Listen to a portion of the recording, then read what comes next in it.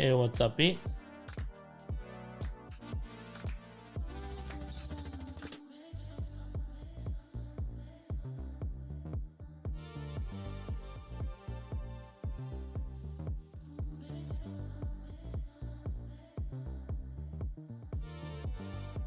Okay. Hey, Pete. Good. How are ya? I'm in the game. Get in there. Get in there. What's up, Yeah, man. We are live. Sick. Good evening, Rahul. How you doing, brother? I'm good, man. How you doing? All right, mate. Not too bad. And looking forward to tonight, though. It's going to be good. Got a few things to talk about. Going to expose my amateurness when it comes to some technical chat. But hey, I don't mind jumping in head first. No worries. Right, what I best do is pin this so I don't close us down. There, sound. So what have you been up to, mate? Not much. Hang on. I like your t-shirt. Nice t-shirt. I know. Yeah. No, Yeah. Represent today, since we're discussing our week at Electric That Dreams. is your hat as well. Yeah, that's right. You know, have to do those things.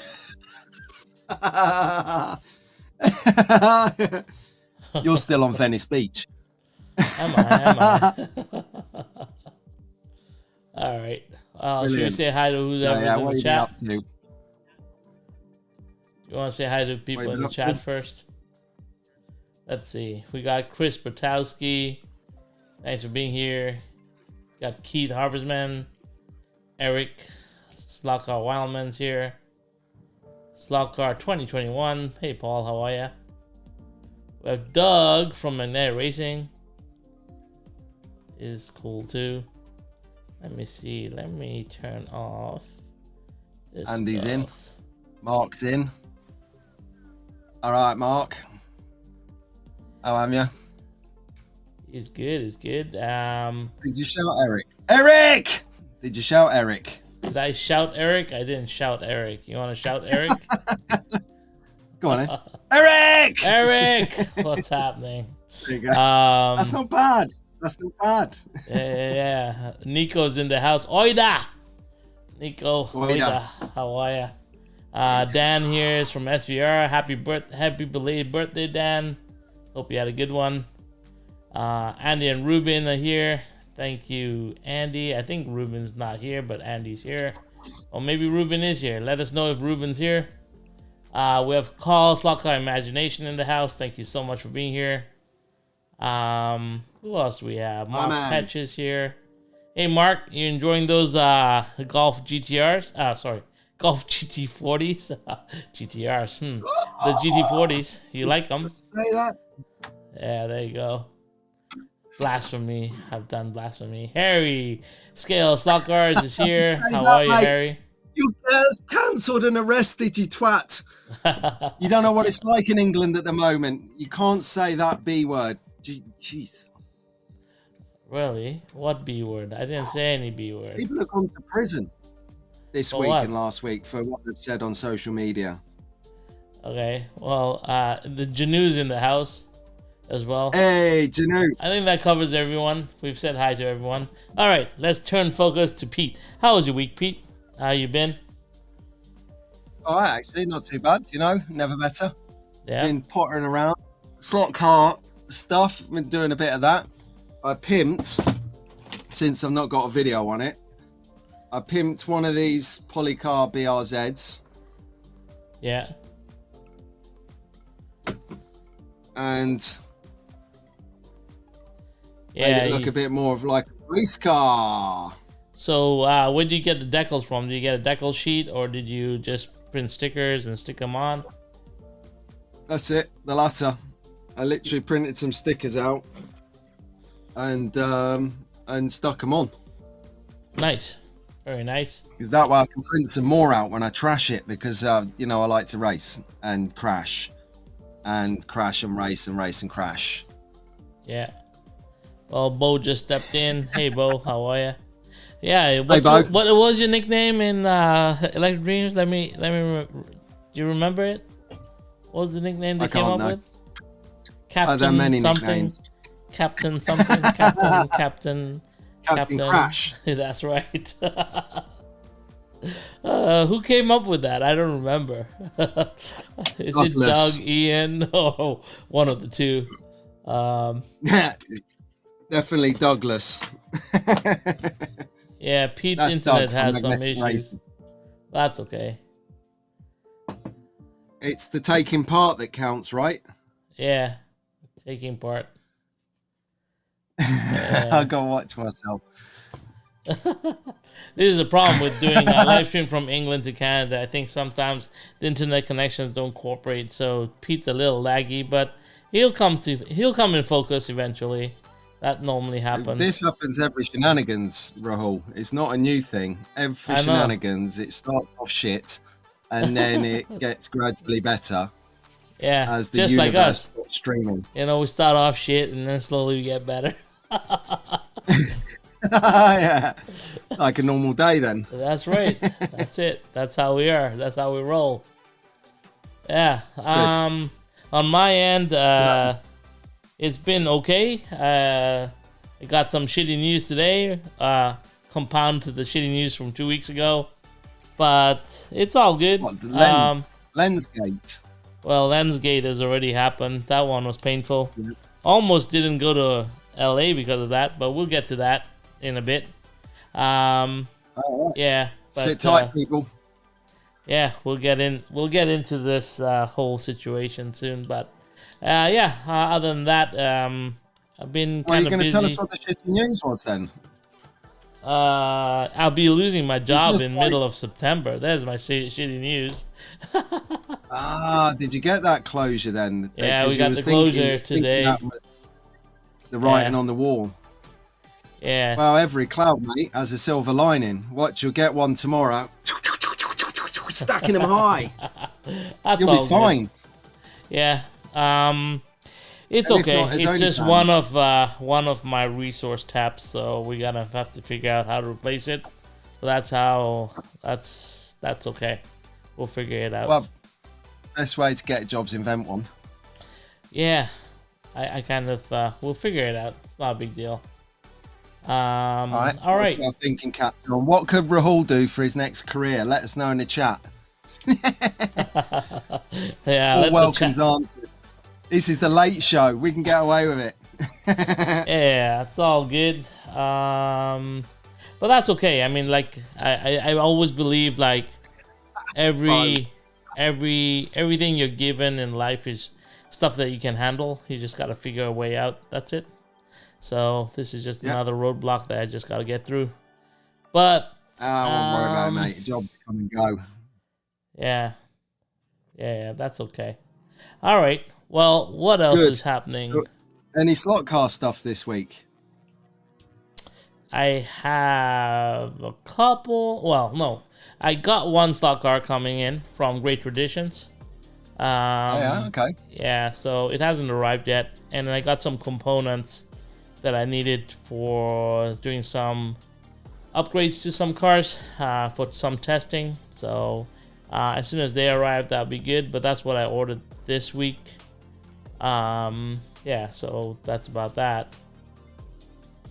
Other than that, no, nothing slot car related besides what I brought back from Electric Dreams, which I haven't put up my video from Electric Dreams, and I guess we can get into that, and let's open up the show, I guess. So today we are going to talk about our week at Electric Dreams.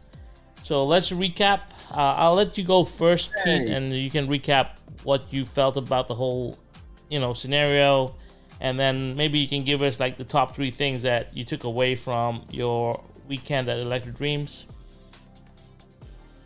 All right. Yeah, I thought it was good. It was good fun. It was full on. I liked it. It was organised. Pretty organised, actually. Marco, Carlos, Mark, John, Kristen, and Scotty Boy. They'd all done a marvellous job.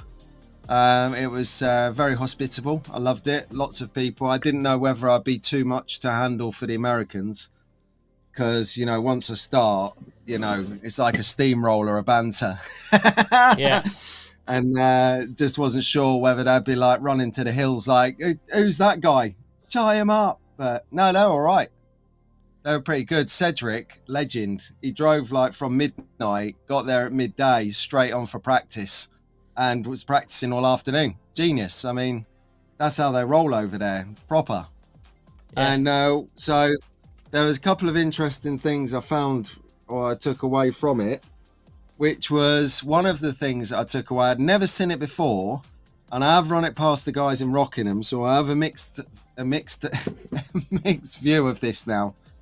Is the heat sink metal bits of whatever they were sticking to all the racers in between the heats where you're changing your marshals or your pit bosses are changing your lanes, your car into the next lane.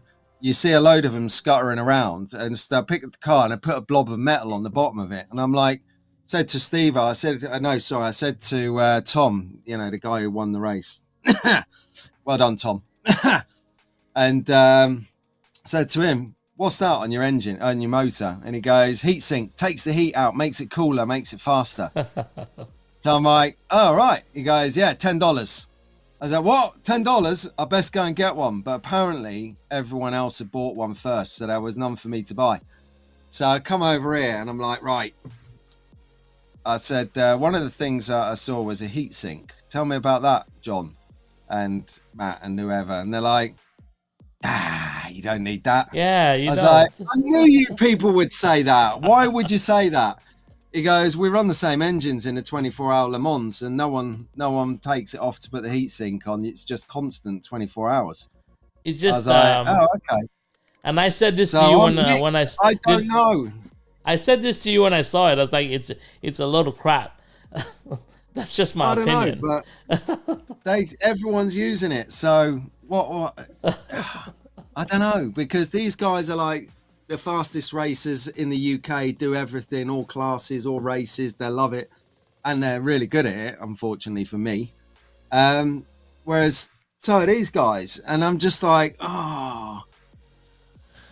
So I think I'm used to not having it, so I might just carry on without it, and then maybe next when we go over next time, get one and try it out.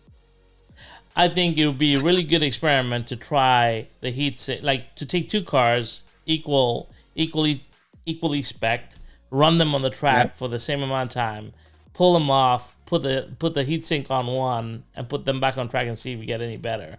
Because in my opinion, I used to race like 1-to-1 cars, and something we used to do with drag racing is on the superchargers in between drag races, would put ice blocks on top of the superchargers, or would buy special coolers that would go into the intake that will cool down but they take a while to get cool. It's not like, within a couple of, like literally they have it on, the heatsink on for like a minute. It just doesn't seem to, it won't pull out the heat as much as you think it does, unless they were freezing them and then putting them on, or they were liquid nitrogen infused and put them on. Maybe that would do it, but then you might seize the motor or do some other stuff to the motor. Who knows? That could contract the motor as well, the casing of the motor and to the armatures. So, it's, to me, it was a gimmick when I saw it, and I still believe it's a gimmick. I don't think it does much to the motors at all. So it'd be an interesting experiment, something that I would. We want some science. So we need some science data. Says this takes it out 3 degrees over an X cubic period of metric liters. Yeah, but what does 3 degrees do for you in the race? That's the question, right? Like, that's the question ultimately. Said the vicar. I don't know. so to me, the question was heatsink aluminum. I don't know. I never saw it personally. I know it looked like a little, like 3 round magnets put together, and they stuck it onto the back of the motor. That's what it looked like. It looked like 3, like it looked like a magnet stack. stuck to the back of the motor, and then in between the heats. I saw them doing that a lot, but I don't really know what the technology is behind it. Yeah. Nico has spoken. Oida. The Oracle has piped It's up. a gimmick. Yeah, exactly. That's what I felt. It was just a gimmick. And even Gerardo says it's a gimmick. I fully believe it's a gimmick. I think it's something that, I don't know. I just think it's beyond. I don't think the use of it really changes much in the game, especially in a couple of seconds. To be honest with you, then, I'm not giving you yours for your birthday no more. Aww. You fucked it for yourself. I knew today was a worse day than it was the best. Nah, just kidding. You can keep it. Maybe use it for yourself and let me know.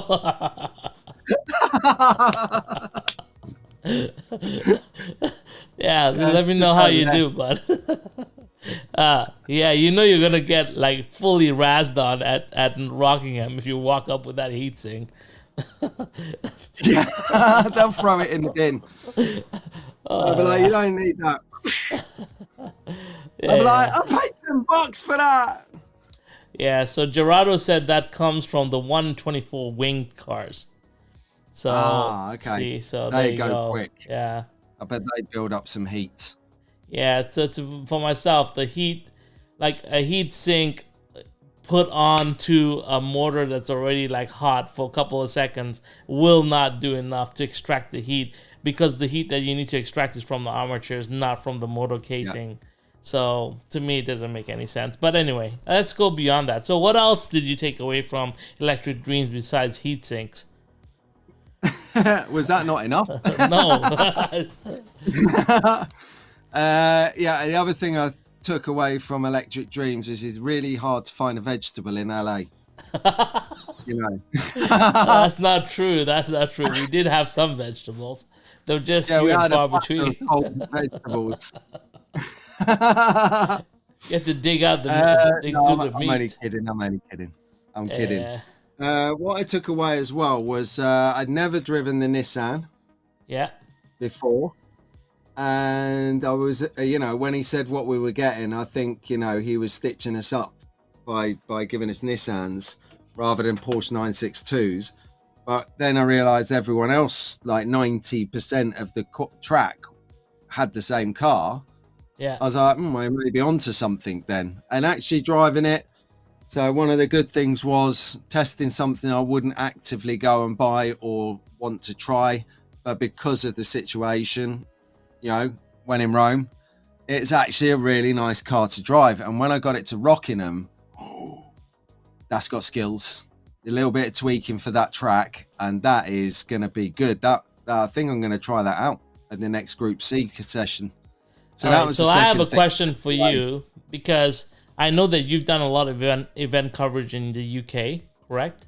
Like you've been to quite a few. So how was it different? Like when you walked into Electric Dreams, like tell me, like, because you have that experience, I personally don't have that experience. So in the United Kingdom, you guys go to events, you actually have race events. So tell me, what was the biggest difference that you felt, either between the whole setup, whatever it is. Just give me your kind of broad strokes. It's kind of strange because it's a big race, but it's also a big store. Yeah. So you kind of, when you go to a race meet here, you're going into some room, and that is it. You're lucky if you've got a window. So it's a room, 4 walls, that's it, massive track, and then 50 people with pit boxes and running around doing stuff. There's not. If you're not talking to anyone at a race event, you have nothing else to do.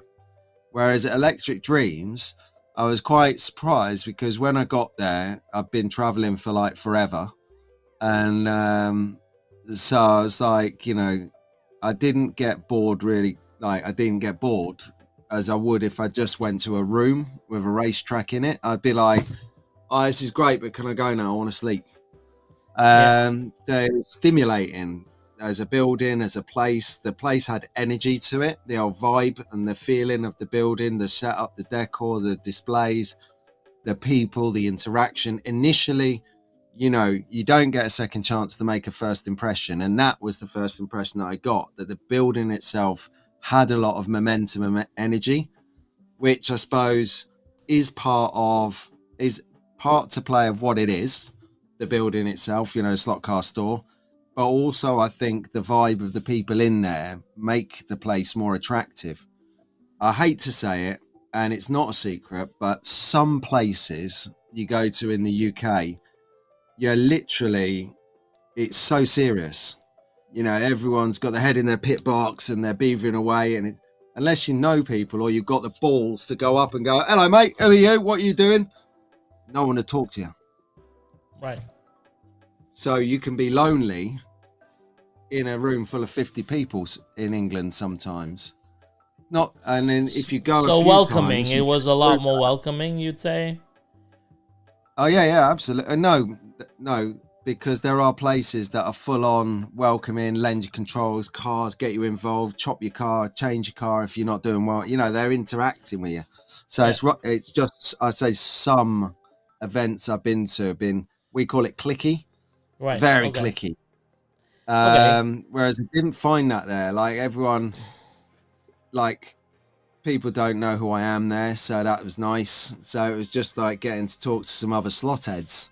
There's no pretentiousness, there's no anything. It's just like, hey man, do you want to go? I was like, yeah, but I ain't got my controller set up. So yeah, that was good. So the people would have been my third point from the three things I took away from LA. But from an event, it was really welcoming, good atmosphere. People were banging. Yeah, I really enjoyed it.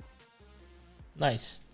Well, just wanted to throw up DeLeon on the screen because welcome back, my friend. Long time no see, no hear, but I know that's in there on the way. But we're glad to have you back, bud. Yeah. So for my expectations, so obviously, just before the Friday before, I kind of had some major loss with some of my photography equipment. It kind of put me in a bad situation. I didn't want to really go to the event, but I remember talking to you and we discussed, you know, what am I going there to do? And, you know, I just wanted to go and hang out, to be quite fair. And so heading out to the event, I wasn't really in the mood to race or in the mood to do anything. I just wanted to just get away from, you know, some of the craziness that was happening here and just immerse myself with, you know, slothead culture and whatever it was. Get to meet you again in person. Like, you know, we always talk every week, and MP was traveling with me, so it was kind of cool. So I really didn't know what to bring camera-wise or anything, and I wasn't in the mood. So when I arrived in LA, obviously the warmth from Marco, Carlos picking us up from the airport, and everybody at the store, Mark, John, Kirsten, they were all fabulous, right? It was great to rub shoulders with Michael Nemas, you know, people that you've probably watched on YouTube and you never had the time to like shake hands with or even, you know, get to have a conversation with. So it was overwhelming as well because there was so much to see, so much to look at. And then there's a race going on at the same time. So, you know, when I got my car, I looked at it and I was like, oh man, I don't even know where to begin here. So I was kind of like not interested in the racing part of it. So I know like when it came to practices and stuff, I didn't put in much work into that. I was just not there to compete. I wasn't in the mind space, in the headspace to do that. What really got me was the tech, obviously, you know, like I was so interested in how they were broadcasting and what they were doing. And yeah, you know, I came away with new things to get. So, Marco, that's where your 10th camera went. So yeah, these are the cameras that they use to live stream with at Electric Dreams. So I got one of them. I figured out what they were using, and I'm going to do a full expose on how they put their whole live stream together if you guys are interested, but I will do that. Yeah. What software did they use? So I believe they're using, I don't know exactly, but I believe it's OBS that they're using, and then they're using the ATM mini software to do the switches.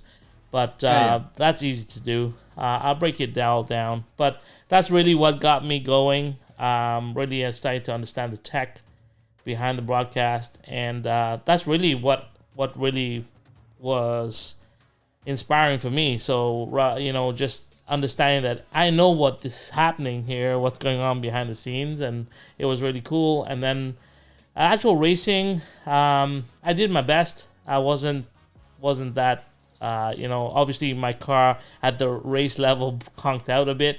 And that was the thing. Like, we went down there not to race because we didn't bring our tools or anything. Like, I didn't have anything. So when my car broke down, I was like, "Oh well, that's that." Other people have pit boxes, I don't. So the guy's like, "You just have to open it up and connect the lead wire back." I was like, "That's good. If only I had a screwdriver, I would," but I didn't. So I just put it back on Marco's desk, and then Marco came and fixed it. And he's like, "Go back and race." I was like, "There's only one heat left," and he's like, "Okay, I'll just do it for you." And then he went out and did it. So that was my extent of my racing. That record on black. Yeah. That was all Marco. It wasn't me. So, Yeah. but all in all, like, then there was the actual trips to downtown LA that we had with Doug and Ian, which were awesome. Walking on the Hollywood Walk of Fame, then going down to the beach with you and the guys. Obviously, we ate a lot of junk food, and then there was that crazy Iron Man Beverly Hills expedition that we did into the Stockholm Museum, which was also pretty overwhelming as well. Like, the amount of history that was there, amount of real cars that one person could have in one space. It was almost like Iron Man. Exactly. So all of that was just what it boils down to is a great experience. So I highly recommend anyone who would like to do it to definitely do it. Right. It's been awesome. 3 years. Game on. Exactly. So that was in terms of the practice, the qualifying, the race. Let's talk about that. Like, how did you feel during qualification and the racing? Qualification was good. I'm not really going to go over qualification. No, I'm not doing qualifying again. We did it on the live stream on the Sundays. Let's talk about the race. Okay, talk about the race. Yeah, man. Or it will be boring. Boring! Well, you just have to touch on it. But we haven't talked about the race because we were sitting there on the Sunday morning talking about qualifying, but we were speculating about the race. And to be honest with you, I think the race just went so fast. It just, when I got up there, you plug into whatever you pick to start on based on whatever statistics. So I'm plugged into whatever lane it was, and you start. I can't remember how many minutes you get on each lane. I think it was 2, wasn't it? I think it's 3. It's 3 minutes, I think. Yeah, so you're technically getting 18 minutes. So about 20 minutes. That's your race in the whole day, 20 minutes. And you were on at, 9:30? And then I was on at 9:45 or 10 o'clock, something like that. And it went on and on and on because there's so many people to race, like 75 racers. It went on till like late. It was running late. And then there was a power cut. It went on till 10 p.m. pretty much. So it went on till, we were out of there at 9:30 because we were worried that the restaurant or the fast food shop had shut at 10 because it was a Sunday. We were steamed in there literally at 2 minutes to 10. I'm like, mate, what time you shut? Starving. He's like, 11. We're like, oh, bollocks. We just raced over here from Electric Dreams and we had an hour. But, it was about 20 to 10 we left because we were like, come on. I don't want another pizza. We got to get to Chipotle. Yeah, that's right. For the love of God. But no. But from the racing point of view, it was all right. I think got to thank Jason, top draw Jason. He was my pit boss. So in between each of the heats, he would run round there with the tape, with the braid juice, I didn't have a heat sink, unfortunately, but next year. But no, thank you very much, Jason. If you're watching this, you were the best. And I think he helped Massimo out as well. He was Massimo's pit boss as well. So he was all over it. He was done well. And he won the concourse. Did you see some of them cars in the concourse? Yeah, that was, his entry for the concourse was great. And if you don't understand, the concourse is you take a shell, you paint it up, you do it up, and you put a mini diorama together, and you put it on the track. I think it was just the cars themselves. It was like you have to do up a car, and he did a really nice job on it. I actually have video of that, and I'll put it up at some point. Yeah. Yeah, like Bo says here, even Michael, Nemus, or Misha, we should call him, is Misha. So Misha had, Misha. He said, my friends call me Misha. I was like, well, Misha it is then. And go on then. Go and get him. God damn it. Who let the dogs in? He come fourth. And my money was always on the European anyway. But Ian Douglas torpedoed him because, like me, he made a couple of mistakes, and unfortunately, the rest of them didn't make a single one. So, well, actually, Ian come off twice, but I don't know. It just didn't seem to affect it.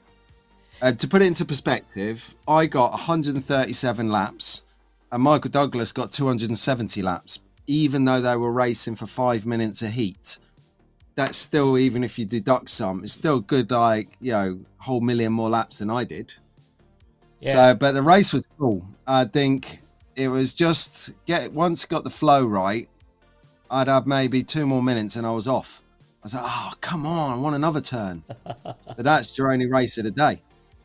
Yeah. Yeah. Well, that's the thing. It was a big event, but you got a very little part of it. You know what I mean? It was for the racing part, it was very little. Yeah. Like your involvement in the day was pretty small. Being there were 75 racers, one racetrack, there's a lot of heats to go through, and obviously there was a lot of things that if you weren't watching the live, we were just milling around. There was a lot of like hurry up and wait kind of situations. Oh, yeah. And I wasn't there for the rest of the afternoon on Sunday. I decided to go back to the hotel room and relax because my feet were killing me from onions. That's right. Bunions, yeah. Bunions. Exactly. So I was just like, you know what? I watched everything on the live anyway, so it was great. And then I met up with you guys right after. But yeah, talking about like the people, there's Ian Douglas, the winner in the bottom right-hand corner. You got Michael Nemus that was there. His car's just been released. Let's give it a plug. Yeah, his second car has just been released. His first car is the 7-Up, which was Michael Schumacher's first car. And then he's just released the Damon Hill one. They are $1,000 US, but well worth it, I think, after you actually realize amount of work that he puts into his car. So, so it was great. Obviously, slot cars are back is the slogan. Everyone's trying to hashtag that, but I believe we're trying to reinvent the new slogan, and we're going to put that up to the chat. What would be a better slogan than slot cars are back? Because that kind of indicates that they were gone and they're back now, but we are moving forward from that. And I think that's what Pete and Doug and Ian were discussing as well. So, what's the next hashtag for us? Is it slot cars forever, slot cars future? You guys discuss in the chat. See what you guys think, and let us know. And then obviously the guy who came second was a 16-year-old, and I put his picture here. This was Braden, I believe. And that was amazing. Like 16 years old, come second in the 24-hour nationals. Shows that he's got a lot of pedigree and maybe a challenger. Yep. Obviously, he's from the same club as Ian Douglas or from the same town. And so he'll have a lot of, mentorship from Ian Douglas moving forward. And we shall see how he does next year. So looking at good stuff. Right? We need to get something in the water supply next time. Yes, exactly. Slot Take cars are out the Hotel future. Mark Aries. Petch says slot cars are the future. That sounds pretty cool. Let's see. Yeah, that's got Let's a look ring that to it. up. Yeah. Yeah, so then we had the people, which were great, and then finally, without Ian and Doug commentating, I don't think that live stream would have been as good as it was. 100%. They filled in all the little gaps in the. 13 and a half hours of commentating. That's called soldiering on, boys, and I wanted to give them a big round of applause. Obviously, Ian and Doug. There you go. And it was really commendable. Like they just rocked this Actually, whole did that event. work? Yeah, I could hear it. Yeah, I can't hear nothing. I've just go see if it worked. Yeah, it came through. Yeah, they did well. They did really well. Well done, Yeah. Ian and Doug. So pretty awesome, and I wanted to say thank you so much for that. And then lastly, we are trying to get back for 2026. I believe that's Pete's initiative. So support us all and support yourselves. And so I just put in, if you want to go and support Pete's fund, you can go to trackfanstv.com. If you want to support Ian and Douglas's fund, Doug's fund, there is Magnetic Racing, and they have this really cool stand that they put together. Yeah, this really cool billboard. I think Pat Slots talked about it as well on his roundup. And yeah, definitely. And then for myself, well, we'll see. 2026, we shall see. Yeah, so that is our recap of Electric Dreams. I just tweaked on. You got the American flag in there in the middle. Nice touch. That's your stuff. I did bring it. No, I know it's my merch. But I just realised you picked a picture that's got the flag in it. Yeah, of course. There's some sort of thought that goes into this at some point. Slot cars are rolling again. Bo says slot cars are rolling again. Yeah, slot cars rule, he says as well. Yeah, slot cars rock, Keithy. Slot cars rock. I say slot cars forever. That was mine. Yeah. But anyway, yeah, just keep them rolling. Let's see what happens. All right. Is there anything else you wanted to add about Electric Dreams or anything that we missed, yeah, Pete? I really liked it. I'm definitely looking forward to going back in 2 years, mate. Yeah, pretty good. So Carlos said to me when I said 2 years, like, what about next year? I was like, well, next year I'm going to go to other places to see what the difference is, so that I can appreciate it more in 2026 when I come back. He wasn't too amused, but that's okay. Yes, there you go. Doug says he got Pete's merch. He highly recommends it. So do I. I highly recommend Pete's merch too. Cheers, Doug. There you go, look. Yeah, look at that. Yeah. See, you could be the proud owner. I've worn it once. I'll sign it and send it. Excellent. Cool. So, once again, a big thank you to everyone from Electric Dreams. We start with Marco, Carlos, John, Mark, Kristen, and obviously Scott Bader, who owns Electric Dreams and invited us to his home. We want to say thank you very much for the experience. It was really enjoyable, and we look forward to seeing you again, hopefully in 2026. Right, Pete? Yep, absolutely. Absolutely. All right, so that's the end of that. Let's move on to something else that Pete brought up, something that he wanted to discuss, and I think it's a good discussion point. It is about chassis, right? Yes. So this image on the left was a chassis that Pete Never seen this before. You've never seen this before? No. Yeah. No. So I believe this is from an SCX car. It does have steering, like it has tie rod ends and steering mechanism as well. So I think the front wheels do turn. But the main thing that caught your attention was how much material was left out of the chassis. Was that correct, Pete? Yeah. Yeah, look at it. It's like a sustainable chassis. It's got a third of the plastic compared to the ones on the right hand side. This is courtesy of Slot Car 2021, this image. And I saw it and I thought, look at that. It's like got hardly anything to it. Yeah. What's that about? And I thought, if I've never seen that, I bet someone else hasn't seen that either. So best share that out and just talk about chassis. And I'm going to come back to chassis right towards the end of the show as well with an idea that lends itself to one of the traffic lights. Okay. There's traffic lights. We'll talk about that. Anyway. So what I really want to... when you brought this up, I also said that there's a reason why plastic chassis need to have a little bit more material, because you still need to... The weight of the chassis brings that center of gravity of the car down towards the bottom of the car. So if you take off all the weight from the chassis itself, then you push the center of gravity up into the body, which creates more roll. So that's a reason why plastic chassis with a lot of material removed are not advisable, because you get this, get body roll, a lot more body roll to them. That was my take on it, but I'd like to see what the chat says. Obviously, also when you remove a lot of material like this, there's not a lot of space for you to put weights and stuff as well. So that's right. It's proper lightweight. Yeah. So what do you do? Get wider tires? I don't know about that, but what happens is you're shifting the center of gravity of a car, especially at this scale. And that's why if you look at it, what's really interesting to me is MR Slot Car's new steel chassis that's coming out. Yeah. Probably next year. I think that's going to be a pretty revolutionary chassis.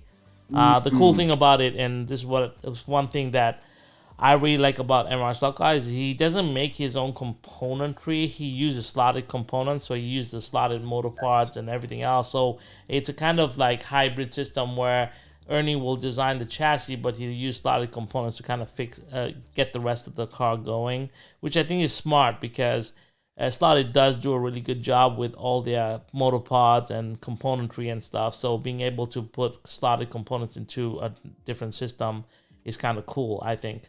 Yeah. So is there any viability to adding aero to slot car chassis to improve traction at 1/32 scale? I don't know. This is a question from DeLeon. I mean, do you put...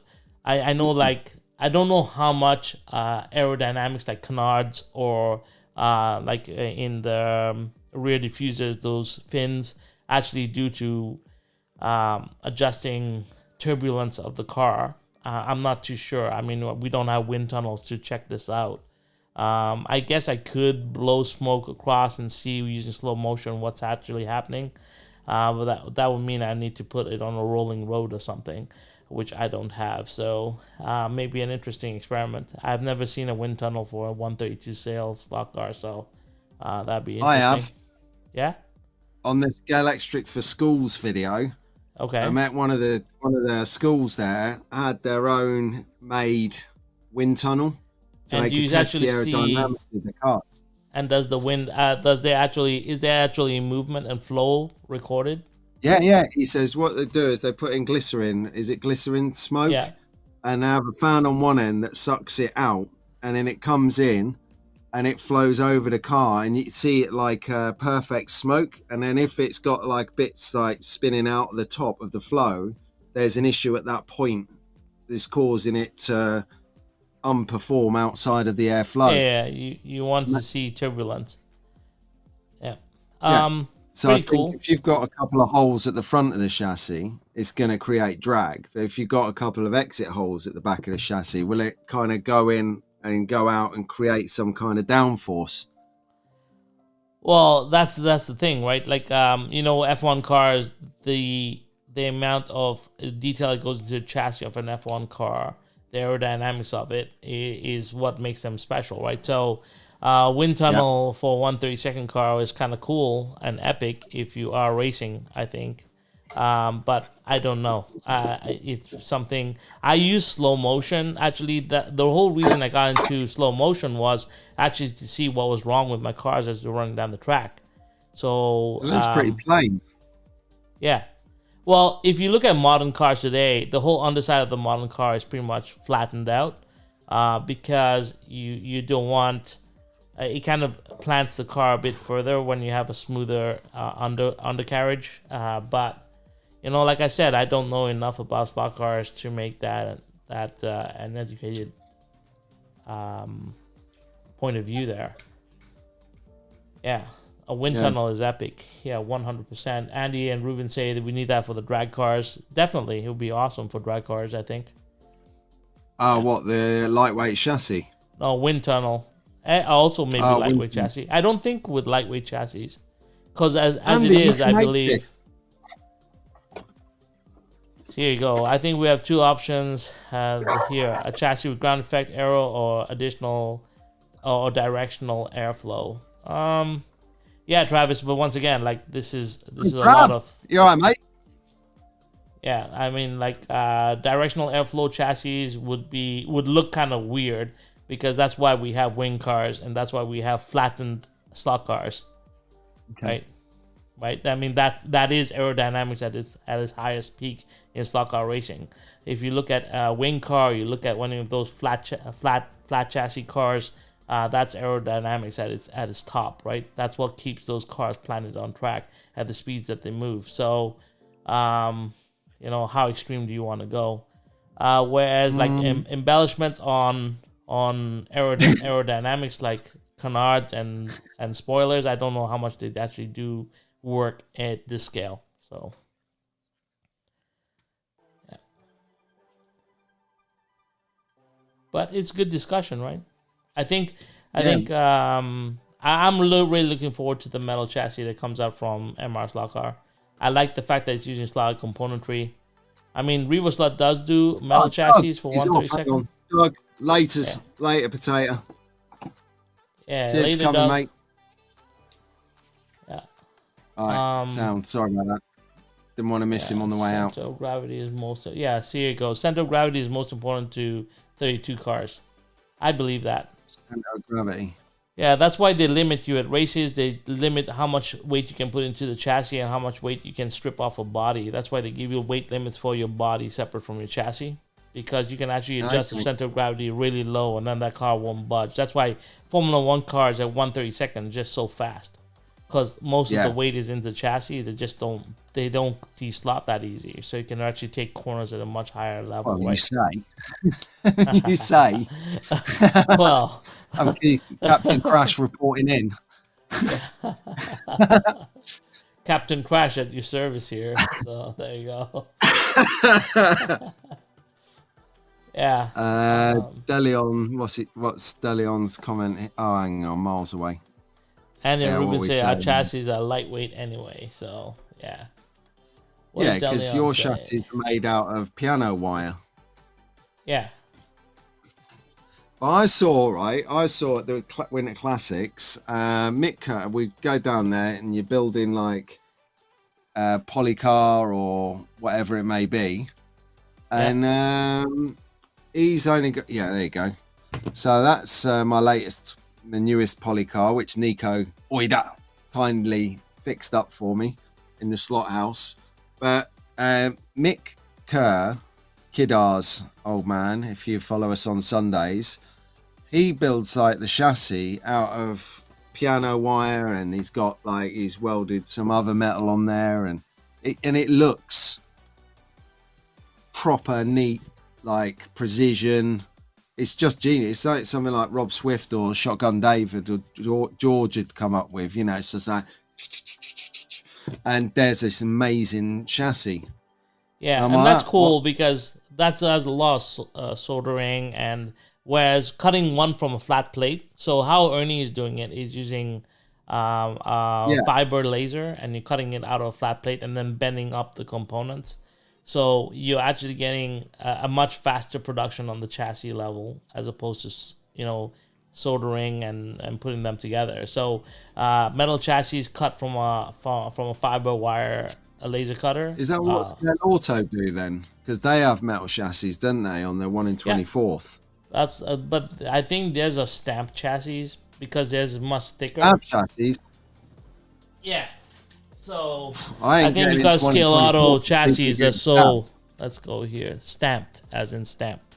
Oh, stamped. Well, Yeah, that's so that's a marginally as scale bad. auto. Scale auto's metal chassis are in 124 scale, so they're much bigger. And as you can see, like the plate itself is a lot thicker. If I can remove this.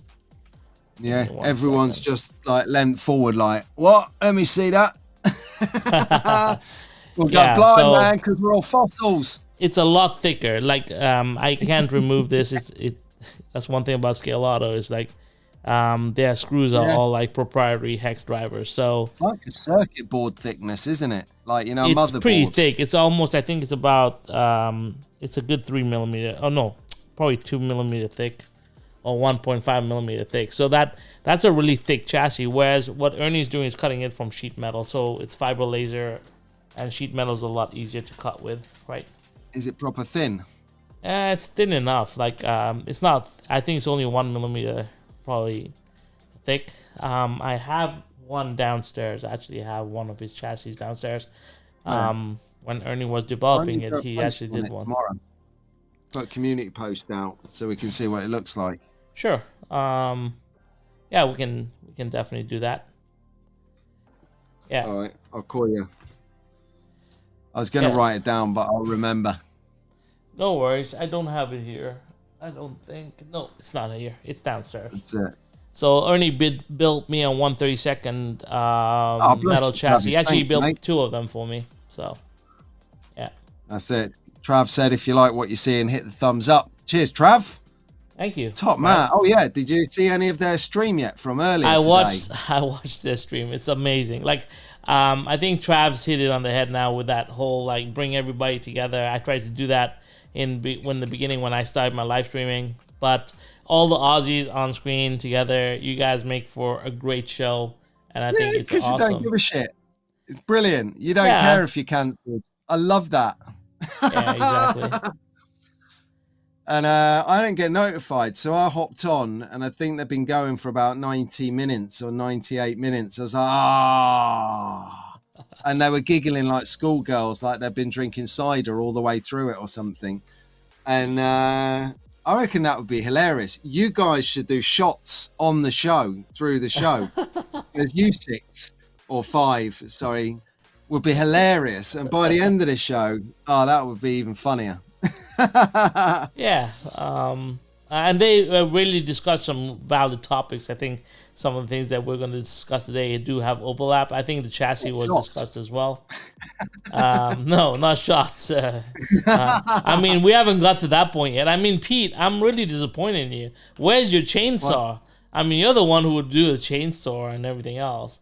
Although I saw you work with your Dremel the other day on your live stream, and I'm not too sure about that either.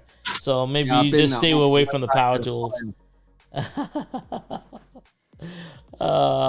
Pete is here. Travis says, Pete, if we do shots, you're on with us. There you go. Come on, Pete. Don't encourage him, Travis. I have enough to deal with. Uh-oh. I hear it. What's he up to? I hope he's not getting undressed. I already had one experience. I already had one experience this week of Pete. Oh, look at that. He's wearing shot glasses. Right then. Who's up for it? Yeah, there you go. All right. Well, Pete's ready. Bring it back to you, Travis. No, like, what the hell is going on here?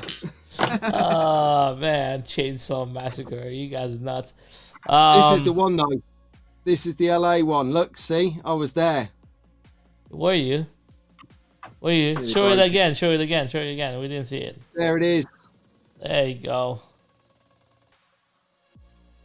Nice, nice. Yeah. See? That's what I do. I collect shot glasses wherever I go. Yeah.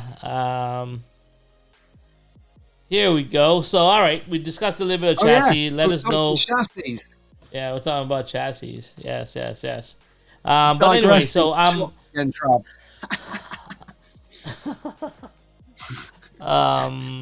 yeah, so I don't know. Is there anything else you want to discuss about chassis? Yes, what? About chassis. I saw something else this week that I'm like, oh wow, right. Send this to Rahul, this picture. Check this out, Rahul. They've got a switch on this chassis I saw on Nico's video, Slot Car Duderino, and it's got a switch on it to change direction. And then Rahul's like, cool and calmly, like, yeah, every Carrera car's got one of them on it, Pete. Yeah, Pete. Clearly, don't have that many Carrera cars, so I didn't know that. But Pete, how cool is that? They all have switches. See right here. This is a Carrera car. See the switches right there. This is a 124. This one was obvious though. It was like a big switch.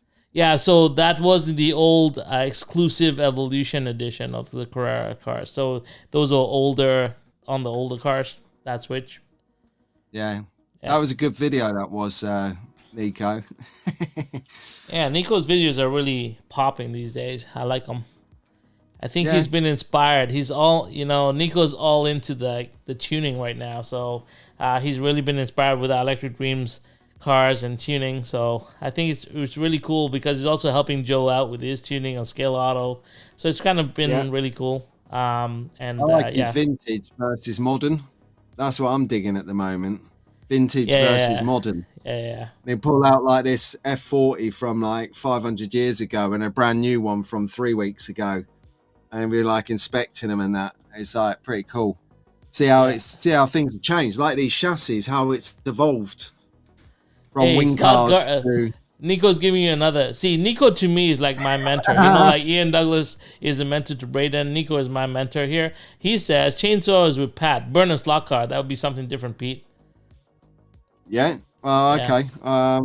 Burn a slot car. Yeah.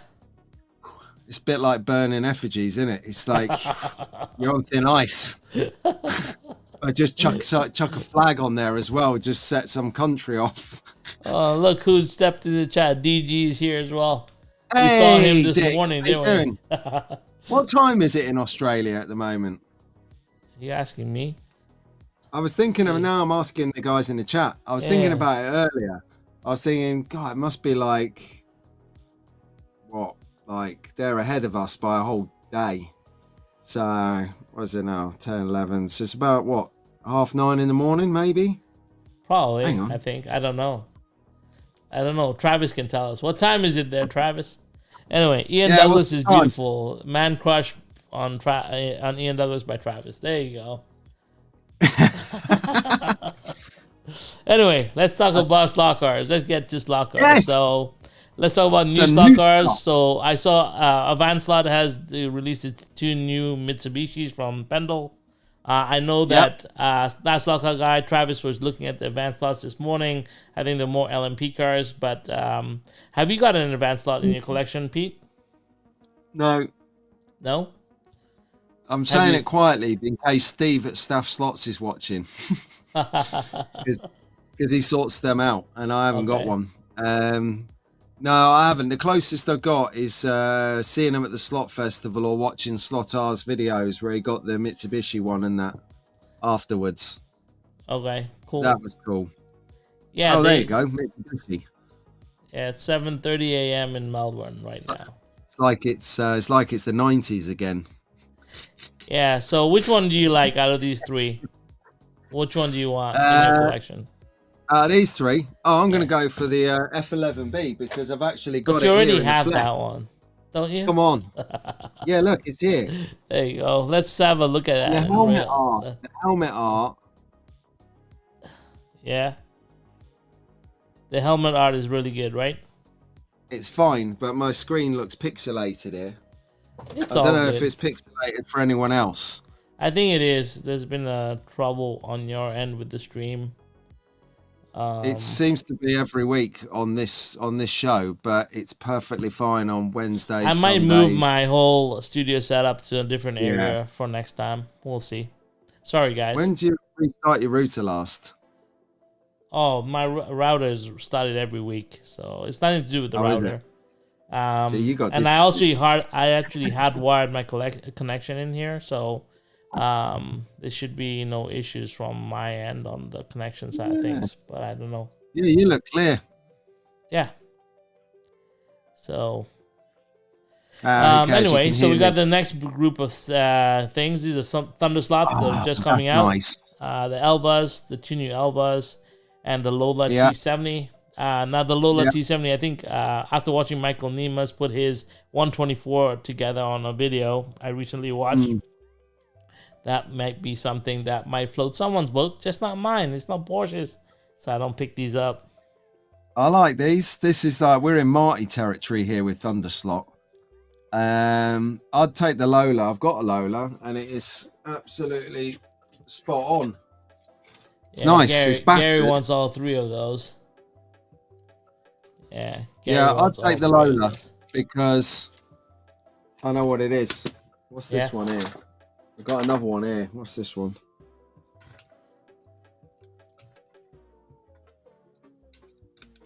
What one would you take if you had to? If you had, like, you know, if you was in front of the firing squad? Well, the and they were Elva making ones you are pick? really fast, right? The Elva one is fast, Yeah. and I like the papaya edition of it. It looks kind of cool.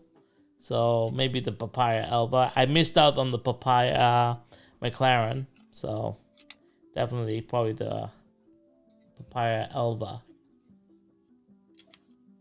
Oh, I'm getting distracted here. Yeah, Nico Put says them that's down no there. Porsche. Behave. There you go. So There I you definitely go. not picking that Oh, up. yeah, Yeah, I'd take the Lola. Lola. All right. Lola. Yep. Here we go. Then we got the Marcos that came out, and George bought all 6 of these. So Area 51 has all 6 of them. They actually came out with 6 different liveries. Pretty awesome. And then you got like the NSR Formula Ones, the A6, and then the slotted Acura, which I thought was really cool. But you know, I might pick up a white kit of that one, since I'm been inspired through your members only live streams to build white kits. So I might pick up the Acura ARX05 white kit. That's it, Rahul. You've got to do it. You've got to do if it. you pick up one and I pick up one, maybe we can do it together, Pete. Okay. Yeah, I'm down to do that. Well, I was going to say, I've asked the members yesterday on the weekly members stream to have a think about which Penelope Pit Lane white kit we're going to do next. And if you're stuck looking for it, there's that 3-minute section of filming them all. So I'm going to have to watch that later and have a look. So a couple of ideas for that, and then we're going to crack on with that. That's going to be good fun. Cool. Yeah, so if anyone else wants to do a white kit, then, you know, I'll let you know what we're getting. And we can have like a little concourse of the same white kit. Yeah. Yeah, so out of these ones, I really think the Acura is the only one that I might pick up. Marcos, I already got the one that I wanted from Riverslot from the last run. I don't know if I want... If anything, I would like the Castrol one. If I was to pick up another Marcos, but I don't know. Anything that you would like from this screen, Pete? Yeah, absolutely. I'd take the Polycar Ferrari all day long. Yeah? Look at that big kit. That looks smoking hot. Yeah. Yeah, that's what I would take. Because I've got a blue one, I've got a black one, I've got a white one, I haven't got a red one, so I'd need that. That's my buying decision right there. Okay. It's red. Massimo would be happy. Machismo would be happy. Machismo. And Maurizio and Andy Rowland have probably put like 1 million hours into the design of it and the engineering, and I'm picking it because it's red. Excellent. Yeah. That's what we need. Red cars, white cars, yellow cars. That's it. Yeah, exactly. And then there was just this, which I want all 3 of them. We saw the Popeyes one, and we saw both of these when we were at Electric Dreams, the 2 Porsche 911s. But yeah, this is something that probably floats my boat. And obviously the new, the Doctor's Audi from SEX, which is nice. Valentino Rossi's number 46 Audi in 1/32 scale. I cannot wait, but it's out of stock everywhere. I had already pre-ordered it, so hopefully I get it. We shall see. But yeah, Marco's these are just amazing from Hobby Classic. What up? I said Marco bought them all. because he knew that'd be popular. Yeah, the Porsches are available. I just haven't seen the Audi R8, which is something I'll pick up for sure. That is really nice. Yeah. Tony Tibbs would be liking that. Yeah. Right, who's saying something here in the chat? Here we go. Deleon says, I'm kind of in a slockout rut right now, having no track during the move and just been collecting new releases here and there. I feel like something new needs to come along in the hobby. Set up a drag strip, Deleon. Yeah, put some drag strips down. I don't know. Do you feel like the hobby is kind of like plateaued? What do you feel about that statement, Pete? Well, me? Yeah. What, the hobby's plateaued? No, of course not. It's at the beginning of the middle bit. So you have a start, a middle, and a finish in any journey. And since I've been in it a few years, so 4 years, I feel like it's gone for me. I've gone through the beginning, the start bit of the whole adventure, the excitement, the new stuff, the seeing chassis I didn't know existed. I'm still miles away from knowing everything, and so I just feel like I'm at the beginning of the middle bit where I've got enough base knowledge to know what I like in the hobby and how to pursue to do more of that. And leave, I've tried a bit of everything in the last couple of years, and actually I've found the little bits and pockets that I enjoy to do. So, a bit like when you get, you get an edge, you pick an edge, you got, carry on with it. So yeah, I don't think the hobby's plateauing. I think YouTube's plateaued a little bit. Whereas if you think about the content, it's no slant on anyone. This is just what I'm seeing. Yeah. Is that if you look at like the volume of content coming out late last year and at the start of this year, it's quite buoyant with people trying different things and experimenting. And I just think whether it's the summer holidays or whether people have just got a bit bored of YouTube, they're still doing a hobby, but they're not recording and sharing it. So maybe on YouTube it might have plateaued a little. But definitely don't think the hobby's plateaued in the slightest, or people wouldn't be releasing 1,000 cars a year for us to buy across. Yeah, that was an interesting stat that Marco said. That was at 800 cars are released were released this year. Like 800 cars is a lot of cars, man. Like it's a lot of cars. So that was a really interesting stat, and it was really cool. What did you think it was? Oh, I would have said a couple of hundred, maybe 200, 300. Yeah, cars, I was on 800 that. Is a lot of 800 cars. Yeah. And he stocks them all. And he stocks them all. 70,000 cars in stock at Electric Dreams. 70,000 cars. That's perspective. We saw this electric delivery turn up, didn't we? On the last skids. Day. Putting their backs out, dragging it in. Yeah, that was pretty crazy. And as far as YouTube, I think, I think it's okay. I think there's a lot more people coming out with slot car content of late, and I think it's good. It's I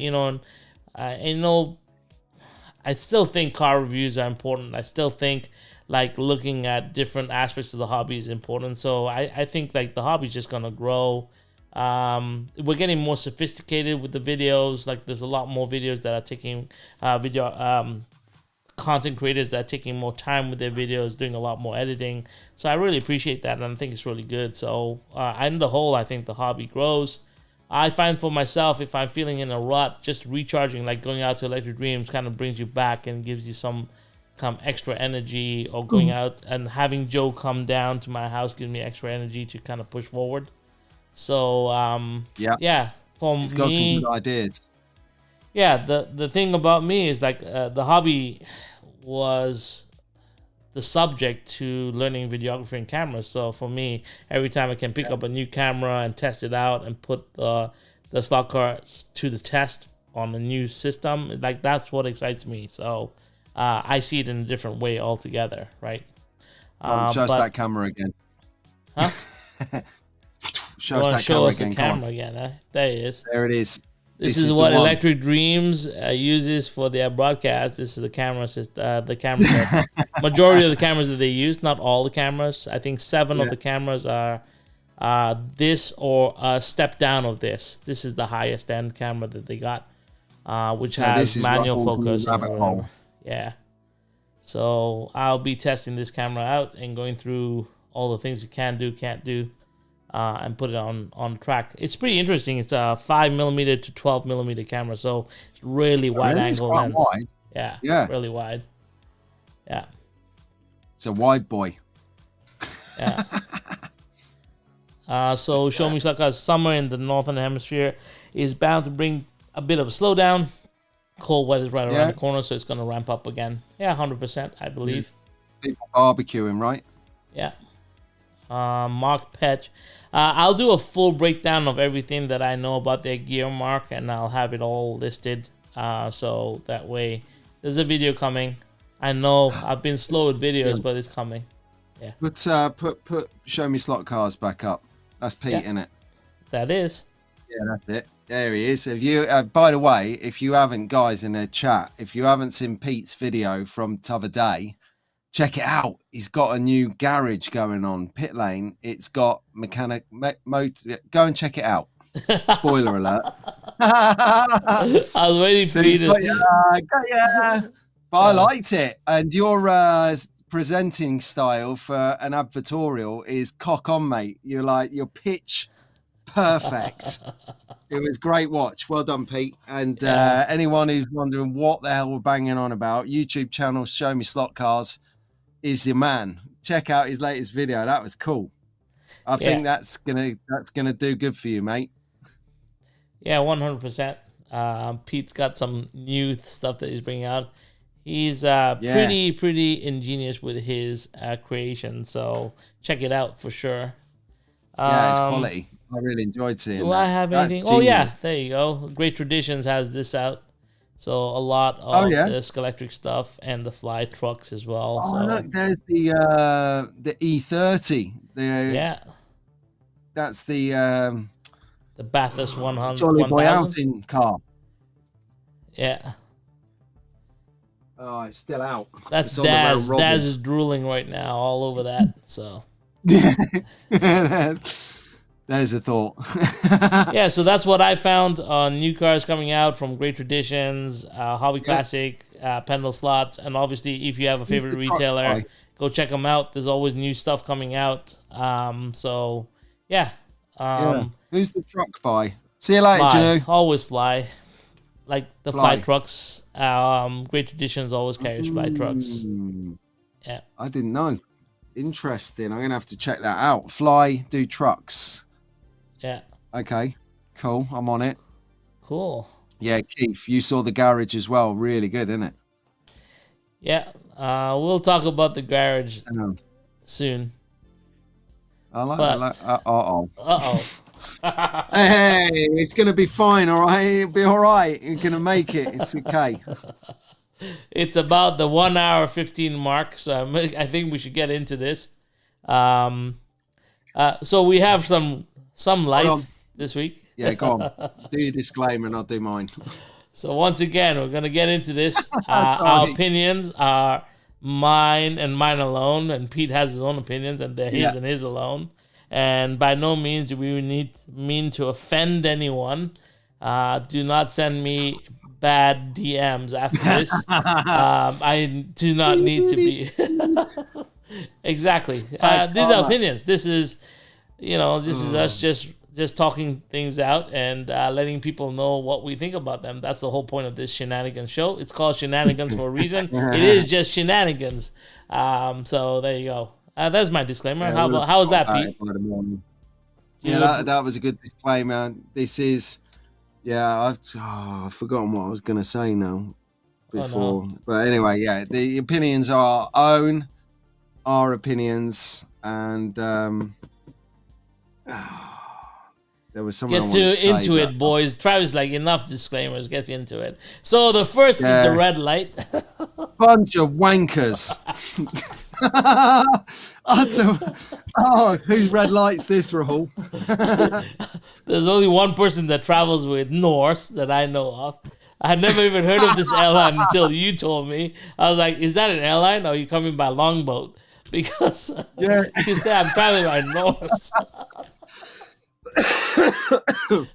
Holy Mary, Mother of God.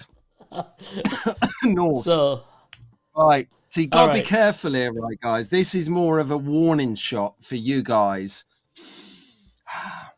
Yeah. You know how I feel about getting ripped off. So anyway, Norse. It's a bit like Ryanair. You build up your flights. You have a base flight, and then if you want a meal, you can have a meal. If you want a bag, you can have a bag. If you want to put your bag in, stow your bag downstairs in the luggage hold, you can do that. If you want this, that, the other, you just build your package. So I'm like, right, I've got no money, so I'm going in the hold myself. They wouldn't allow it. So I'm like, all right, just get a cheap ticket, cattle class, no food. I don't need any food. It's only 12 hours. Rough it. Don't need this. I'll buy a cabin bag so I can take my rucksack in the cabin with me. Perfect. And there you go. So they don't do check-in online. You have to go down to the desk to check in at the airport like it's the 80s. And so I've rocked up there. And this Eastern European girl, limited, let's say. But it turns out she was actually very smart, as I figured out. I thought she was limited at the time. Because I got there and she's like, we're checking in. She's lovely. And she's like, I'll put your bag here, sir. And I said, why? She goes, I've got to stick it out of the back. I was like, I've paid for a cabin bag. She goes, yeah, it's going in the cabin down with all the other luggage. I said, that's not the cabin, that's the hull. The cabin is where you go and sit and drink coffee and have a good time for 12 hours. So anyway, long story short, she was like the last Nazi, wasn't having none of it. So 66 quid later, I'm balls deep. She goes, do you want to return? I was like, no, I don't. I'm throwing my bag away before I come back and pay another £66. Honestly. So that was the issue. So she goes, here's your receipt. Get a refund when you get back. I was like, all right, okay. She's turned a corner. So I've popped off with hope. Anyway, I got back and Norse know what they're doing because you type in Google, I need a refund for my cabin luggage from Norse. And it comes up, a big paragraph says, Norse accepts no refunds for any mispurchase on cabin or luggage claims. She knew what she was doing. She's like, yeah, get a refund. That was the ultimate kick in the bollocks, wasn't it? She's like, in about 2 weeks, you're going to get mugged off again. So fair play to her for managing to get me out of there with hope after ripping me off. But yeah, Norse, lovely, lovely people, lovely airplane. It was a Dreamliner, would you believe? Nice leather seats, great selection of movies. I'd use them again, but I would my warning to you guys is to check the small print. So they got a red light for hustling me, but it'll never happen the second time. There you go. That's a red light for you that I'm smiling about. It was a nice longboat. You came in a nice longboat, you said, right? You came in a green boat. Yeah, okay. Exactly. Cool. Yeah. All right. So that was the red light. That was a red light, 66 quid. They cost me a car in Electric Dreams. Marco, it's their fault. And here we go. Here's an amber light. So, yes, Pete, an amber light. Right, let's talk about this. Yeah. So, very kindly, I wrote to Skelectric because I saw the same. I'm just scrambling for it now. Hang on. Yeah, here we go. So, after Sockgate, which you're not going to get into, I saw a post out on social media yesterday on Faceache that, well, it got sent to me actually, and it said, Skelectric, sorry, putting a price up from September. All your pre-orders and your back orders and your current orders are all going to be the same price. Don't worry about that. But from the 1st September, we've got to put prices up. Really sorry. And that sent a few ripples out through the hobby to kind of worry about what they're going to do, how much it's going to be. Will we be able to afford it? What? And they said on some lines it will stay the same, and on other lines it will be an increase. So what are they? Yeah, so Travis and them actually covered this in their little get-together this morning as well. And they were... cover the prices? No, they didn't. So you can talk about the pricing, but one thing that they did say is, like, it's one thing to say, oh, Skelectric is doing this wrong. But what can Electric do better? Maybe how can they change the situation? No, let me finish this first. Yeah. No, you're going past it. I need to finish this because we've just finished on they put their prices up and people are worried, and it's not. I've looked at the prices, which we're probably going to talk about in a minute, and we're talking £1.50 on super resistant and about £2 on film, TV, and high detail, and a small increase. So £1.50 or £2 on various options. Now we can carry on because now people are like, is that it? And this leads into where you're going with what you're saying. Yeah, well, see, in Canada right now, and I put this as a screenshot in the background. So this is like one of the Canadian distributors here for Skelectric and Slotted. And you can see like a Skelectric car costs around $105 Canadian, which is the same price as a Slotted car, right? So for us, we pay equivalent price for Skelectric cars. And you've raced Slotted, you still race Electric. There's a big difference in performance and whatever. So it's not the same. You it's can't not compare the same, it. right? But we are comparing because at the dollar level they're the same, right? Here by distribution, it's the same. What about Scale Auto RS or $125? Same price. Carrera is a lot cheaper. Carrera is like at $80 a car. Right. Oh, okay. Why is and that with then? the digital chip? So an $80 car, $85 for Carrera car with a digital chip, or $105 for an analog Skelectric car. That's the problem that Skelectric has right now. So when you say price increase, regardless of whether the price is $1 or $2 or whatever it is, or $5 or £2 is $5, right? It's still for us after we import it, after we get the distributor putting up his price tag or whatever, it's just priced out of the market, right? Because if you look at it, you're going up against other brands. So if we put up, I'll buy a box load and send them over, and you sell them on the black market. Exactly. Like in the UK. So when I was looking at this, like I didn't put this up as a light at all. If you remember, we kind of did that yesterday after we got this. After you got clarification on the pricing straight from Skelectric, we decided to put this up as a slide. And the reason that I didn't was because we're like in the UK, Skelectric is dominant. It kind of owns the slot car market. It is. When people say Skelectric, they mean slot cars. So that's right. The price is very reflective in the UK. I mean, it's like £49, £49 for a car, right? Yeah, I believe £50. Yeah, £50. Yeah. Which is about $100 for us here, right? Like, so it's pretty up there. But then in relationship to the other cars in the marketplace in the UK, it's very competitive, right? Whereas for us, when the price is at that level and it comes in, it's not very competitive when you're seeing that you can buy a Riva slot for a couple, maybe $10 more. I can get a Riva slot for $10 $10 to $15 more. I can get a Scale Auto. Like, it's not that competitive, right? For us, it is at par with those brands. And then when you say it's going up against Carrera, which is $85, then it's about $20 more than Carrera is here, and that's Carrera digital. If we go Carrera analog, it's only like $50 here. So, there's huge price discrepancy with Skelectric. So I don't know whether it's a distribution issue. I don't know. Right? It has to be because Carrera can distribute here. Further away. Yeah, exactly. England's closer. So it all comes from China, obviously. Yeah. But,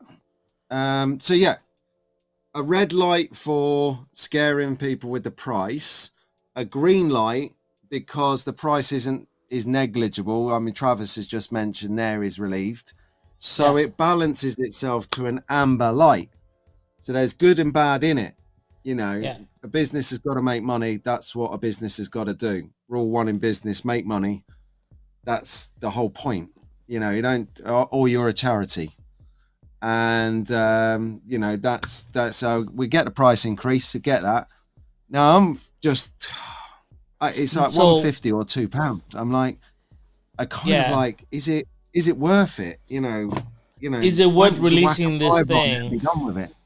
Yeah, is it worth releasing even a post that goes out and creates a ripple? I don't know. But here's my thing, right? Another question that I have for you. Something that Travis brought up, and I don't know if this is completely accurate or not, but Travis did say that, what can we do to help? And one thing that they brought up on their show was, why doesn't Carrera release more of their old Hang on. molds?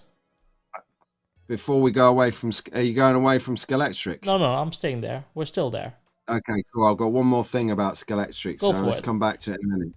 Okay, so one thing that Travis brought up was one way you can actually kind of do more in the community is, like, Skelectric has a lot of historical molds. They have been doing this for many years. Yeah. They have molds. Why not really re-release a lot more of their molds than re-release new deliveries with the older molds? And then something that Travis said was he doesn't believe that they still have their old molds intact, and that could be an issue with kind of keeping the pricing down. If you're creating new molds and new tooling every year, and you're not recovering the cost on that new tooling and new molding, then that's gonna reflect in your pricing, right? That's gonna come and filter down to your pricing. Whereas if you notice, Carrera does re-release a lot of new liveries with the existing molds. So as much as they release new molds every year, they have a certain amount that they release with their own molds to keep that money coming in, right? Because at a certain point, you're going to break even, you're going to recover the money cost of molds, and then everything is gravy on top, right?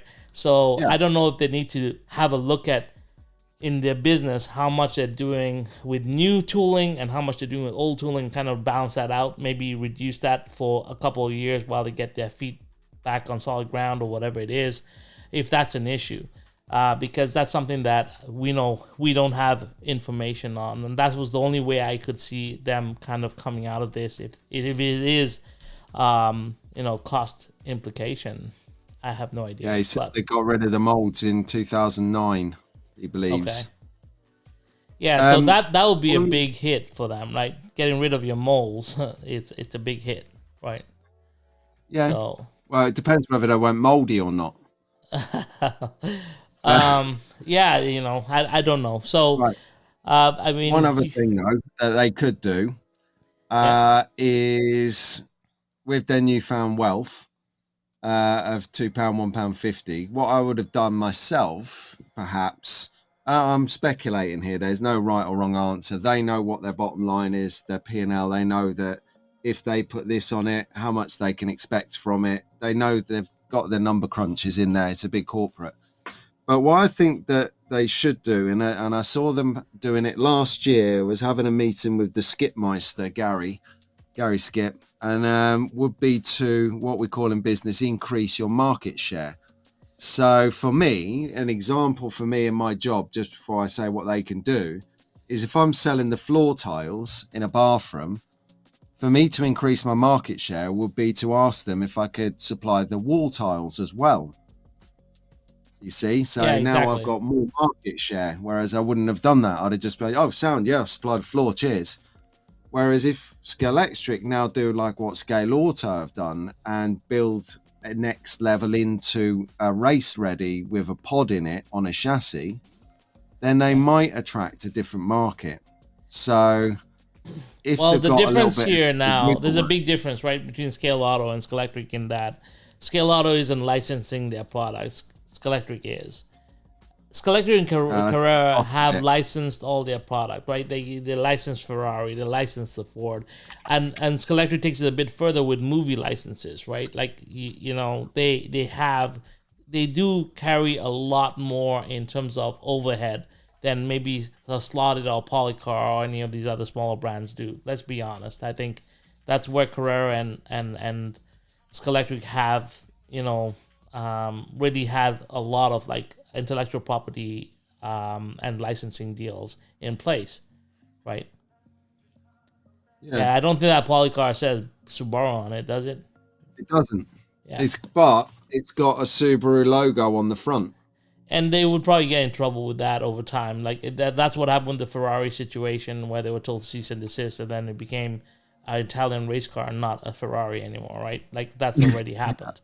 All right, and Yeah, so a company like Electric, who plays above the board and plays in the rules, does have that price hit on them. And then they do keep a lot more licenses than probably even Carrera does, because Carrera mostly concentrates on DTM and they have all the major licenses from the car manufacturers. But you don't see, and maybe they do a couple of like the little toy cars like the Mario and all that. But then they have a big toy influence, right? So it'd be interesting to see. But like I said, like Travis was saying, like how can we help them? You can't help them unless you understand the business model, and you can't help them because I don't think Skelectric's business Skelectric is a part of a bigger entity, right? So there's other brands that are probably being pushed about as well, right? So yeah, it's part of the Hornby umbrella. Yeah, exactly. So who knows? Maybe Skelectric is the lost leader of Hornby, product. I don't know. We don't know. We're not in there. Who knows? But Amberlight, for sure. Price increase, definitely. I don't know if we'll price them out of the market here. It already does put them in a bad predicament in North America and some of the rest of the world, I think, just because their prices are a little bit higher than most. And, we're not comparing apples to apples here, but the pricing is the same comparison. So Yeah. Anyway, moving on. Big green light, obviously, to Electric Dreams. Marco and company, thank you so much for having us.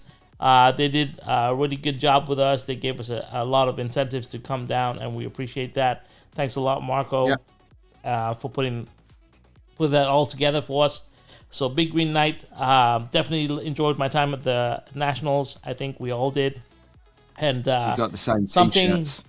Something that Doug said at the end when he was leaving was like, we came here as slot brothers, but we're leaving as good friends. Like that was the difference. We that was a really potent statement to make at the end of it. Doug, as we were leaving. What, Ian Douglas or Ian and Doug?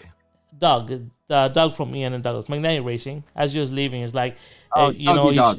Yeah, Dougie said this. It's like we came here as slot brothers, like people that we know on the YouTube, but we're leaving as good friends. So. Yeah. I think that was a really cool statement, and I think that's exactly Did he mean me as well? I don't know. He didn't. He wasn't hugging you, was he? Yeah. Let's check. Yeah, but I think in general that was it. Yeah. So definitely a big green night. Thank you so much, Electric Dreams. We had a great time, and I'd love to see it again. And definitely, that was fun. Proper. And then we have to do this green light. It was Ernie's birthday yesterday. A big shout out to MR Slot Car, Ernie Mazzetti. It was his big birthday yesterday. We all wished him. If we don't, maybe the chat can go nuts and wish him a good happy birthday. Woo! Happy birthday, Ernie. And one thing that Ernie does, and I was thinking about this from a Skelectric perspective, if you're good at making bodies and you're good at making, why not combine with a smaller manufacturer and make the components, mix and match components with them. MR Slot Car does a really good job with that. He builds around slotted componentry, right? And he produces a car. And, that may be a way as well. Skelectric, coming together of the bigger brands and small brands, maybe to do collaborative products might be a good way to keep this alive as well.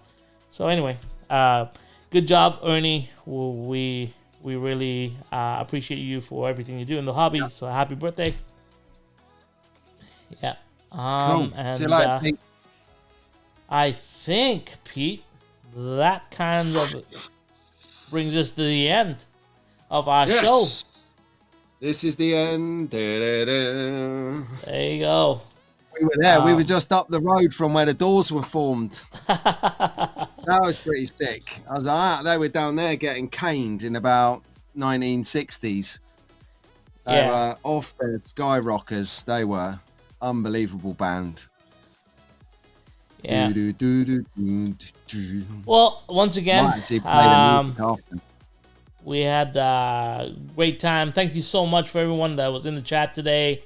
Thank you for being a part of our show. We really appreciate it. Obviously, there's a ton of really cool content right now. A lot of really good shows out there as well.